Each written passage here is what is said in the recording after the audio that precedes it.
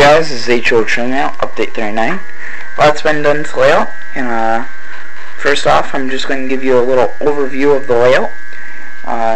Some of it's a mess, but the main part is cleaned off, which is what I'm going to show you first. So let's take a look. What you're looking at right now is a sawmill, and then there will be a board up right there, and that'll split the sawmill from this New River Mine Company, which is mining coal.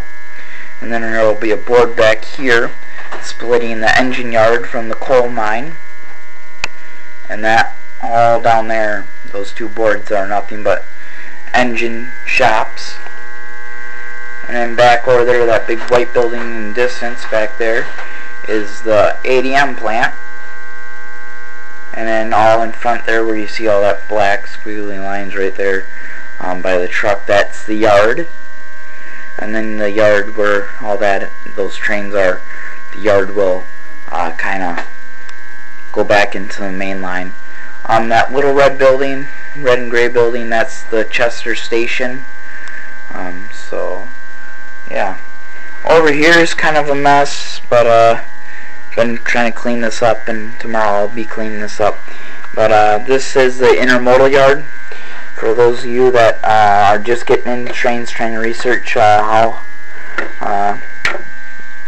to get started, the intermodal yard, you're going to need well cars and stuff like that. So it doesn't matter how big or small they are, the yards are. But mine's a 3x5 table, so my whole table's not tracks.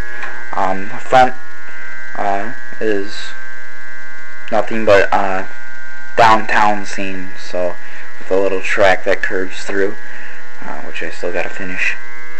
Over here we got a lift up bridge that I gotta redo. Just don't like how it turned out, but gonna redo this. And over here is another yard. Underneath all that pile is a turntable that I gotta finish building. And then back over there is a big tunnel, big mountain, and there's going to be a gravel company back there. So now over in this empty area, there's going to be bridges, tunnels, towns, overpasses, snow scene, rivers, and you name it, all over there, all the way up to about here. So you got a big walk-through gap where there will be a lift-up bridge there. But all that's going to be real cool, because that'll all be different heights and stuff. So yeah. Alright, I'll show you what I've done now with track work. Got a little branch line in. Would be longer in real life, but I had to shorten it up with what I got room for. This, I'll actually go back to the New River Mine Company main building, which is this one. It's not finished. I gotta put lights in it, and then I can put the roofs on. And then we got the wood chip loader track here, the two coal tracks that run back here, which are, these would be like two main lines or something. So, and these are my two main lines for running trains constantly to get to one part of the layout to the next. We got a little crossover to get from one side of the tracks to the other. Like the outside tracks would be get to one part of the engine yard to these tables, and to get to the inside would be like to get to the some of the industries and more of the engine yard. So one thing I want to capture on this layout, the new layout, is how the tracks are lower than the mainline tracks in the yard. So kind of just drop these down to the board and put the main line up on cork. So this track, reason why this curve is so wide is because of my Automax. It's my biggest car, and it's got a restricted turning radius because of the rubber piece in the middle. That restricts the turning radius. So yeah, and that's a modern day car hauler for on the rails. Over here we got the switch right here.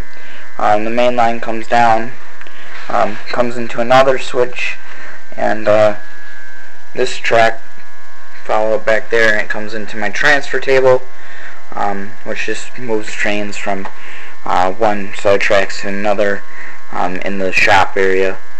So made that some cell engine shop of wood. If you check out a couple of my other videos, I believe I showed you how to build it. If I didn't, I'm sorry. Get up my engine shop number 2. Holds 3 locomotives outside, 3 locomotives inside, and then over here is my car shop. So this track here is my maintenance away train track parking, and this is one of the engines I gotta fix up. So cat's down here. So back there I added a curb switch in, which comes back into another switch, which will be for sanding and refueling.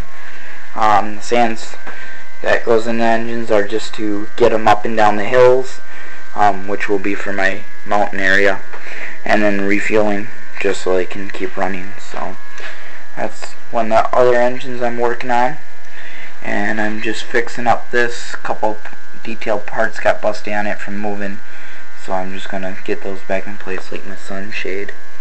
So, and then these 2 SC70 Max, these 2 green ones in here with the white cab and stuff, these I'm currently in the middle of working on. So just want to show you this.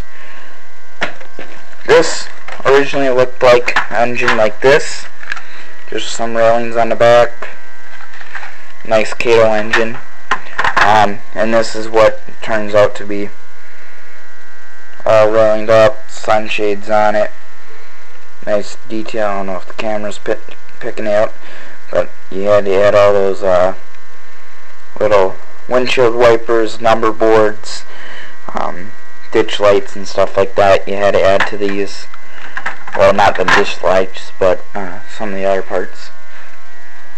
But yeah, as you come around this corner, you come into the curb switch, which I'll give you another view of. Which comes into the yard, 3-track yard that closes up. This switch here will lead back into the dump house to drop off coal from the coal mine, or you can come straight, come back into the caboose tracks, or turn here and go into the roundhouse.